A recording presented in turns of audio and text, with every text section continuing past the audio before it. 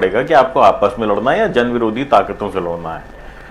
अब अगर आप चुनाव से ठीक पहले आपस में ही लड़ना शुरू कर देंगे तो ऐसी स्थिति में जो रिजल्ट आ रहा है वो कहीं ना कहीं विपक्षियों को लाभ देने का काम करेगा। वो दिख रहा है, रिजल्ट के अंदर दिख रहा है। भाई जनता के अंदर आपने क्या मैसेज दिया कि आप आपस में लड़ रहे हैं, तो वो रिजल्ट के अंदर जो उसकी भूमिका है वो सामने दिख रही है। आप देखिए बहुत बड़ा मार्जिन नहीं है जिससे भारतीय जनता पार्टी जीत रही है। तो मार्जिन कम है, दूसरी चीज आप सीट्स की अगर बात कर लीजिए तो 40-60 की रेशियो में शायद जीत हार हो रही है, कि जहां पे विपक्ष शायद 40% सीट्स पा रहा है और भारतीय जनता पार्टी 60% सीट पा रही है। तो सत्ता में तो भारतीय जनता पार्टी आ रही है, पर ये कह देना कि कोई लैंडस्लाइड विक्ट्री है या कोई जनता का पूरा रुझान भारतीय जनता पार्टी के साथ था, ये मुझे लगता है बेमानी होगा।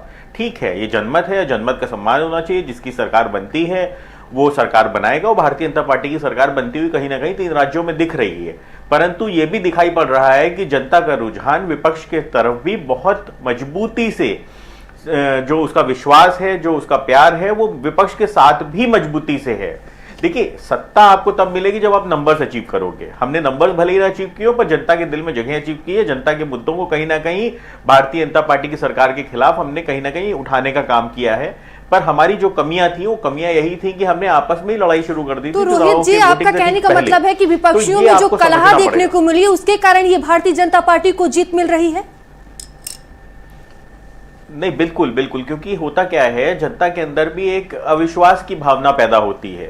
जब आप इस तरीके से आपस में खींचातानी करते हो, एक दूसरे की टांग खींचते हो, तो आपको कहीं ना कहीं ये जनता के अंदर जो मैसेज आता है वो मैसेज निगेटिव मैसेज होता है, और जनता वहां पे कंफ्यूज होती है। कहीं ना कहीं जनता समझ नहीं पाती है कि हमको किसको वोट देना है। देखिए हम भले ही आपस में अंतर्कलह हुई हो, लेकिन परंतु हम चाहते यही थे कि भारतीय जनता पार्टी हारे।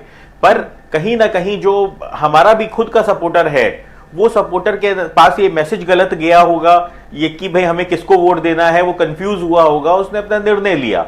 तो ऐसी स्थिति में आपको ये समझना पड़ेगा कि आपको अगर सत्ता में आना है, जन विरोधी शक्तियों से आपको लड़ना है, तो आपको तटस्थ होना पड़ेगा अपने मुद्दों के ऊपर। आपको छोटे दिल के साथ आप कभी सत्ता के अंदर नहीं आ सकते हैं। पर यहां पे कहीं ना कहीं जो एक बड़ा दल है उसने अपनी छोटी मानसिकता को प्रदर्शित किया। उसने कहीं ना कहीं स्वार्थ की राजनीति के कारण उसने इस इंडिया गठबंधन को खंडित करने का काम किया, जिसका नतीजा हम सबके सामने है।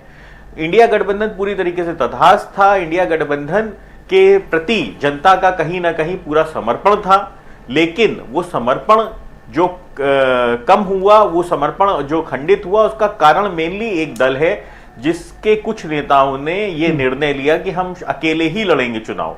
उसका नतीजा हमारे सामने है। तो हमको ये समझना पड़ेगा कि जन विरोधी शक्तियों से अगर आप लड़ रहे हो तो आपको अंतर्कलह को खत्म करके और आपसी मतभेदों को भूलते हुए आपको आगे बढ़ना पड़ेगा, तभी आप भारतीय जनता पार्टी से लड़ सकते हो। भारतीय जनता पार्टी कहीं ना कहीं मदारी की तरह काम करती है। जिस तरह से आप कह रहे हैं जो विपक्षियों में कलह हुई उसका फायदा भारतीय जनता पार्टी को मिल रहा है, लेकिन भारतीय जनता पार्टी का साफ तौर पर कहना है कि हमने जनता के लिए काम किया, तमाम योजनाएं लेकर आए हैं और जिसका नतीजा आज हमें मिल रहा है।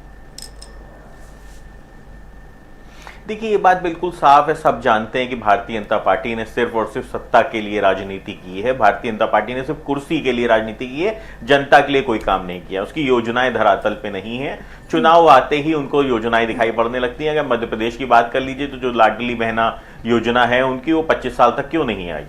वो आज क्यों आई कि चुनाव से ठीक पहले 6, 8, 9 महीना पहले आप लाडली बहना योजना लेके आ जाते हैं। हम देख रहे हैं किस तरीके से अपराध भारतीय जनता पार्टी की राज्यों की सरकार में बढ़ रहा है, उसके बावजूद जनता त्रस्त है।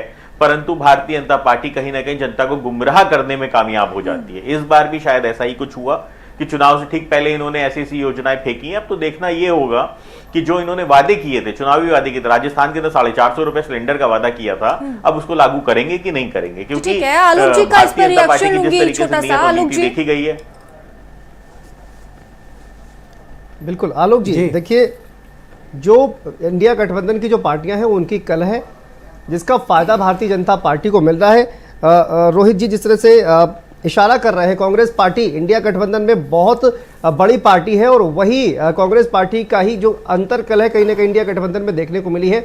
मध्य प्रदेश में हमने देखा, उसके बाद कमलनाथ का जिस तरह से बयान आया, उन्होंने कहा कौन अखिलेश, तो ये इस तरह का जो कलह है वो कहीं ना कहीं खामियाजा उनको भुगतना पड़ा है। और दूसरी बात ये है कि इस खामियाजा की ये जो अंतर्कलह है, इसी की वजह से भारतीय जनता पार्टी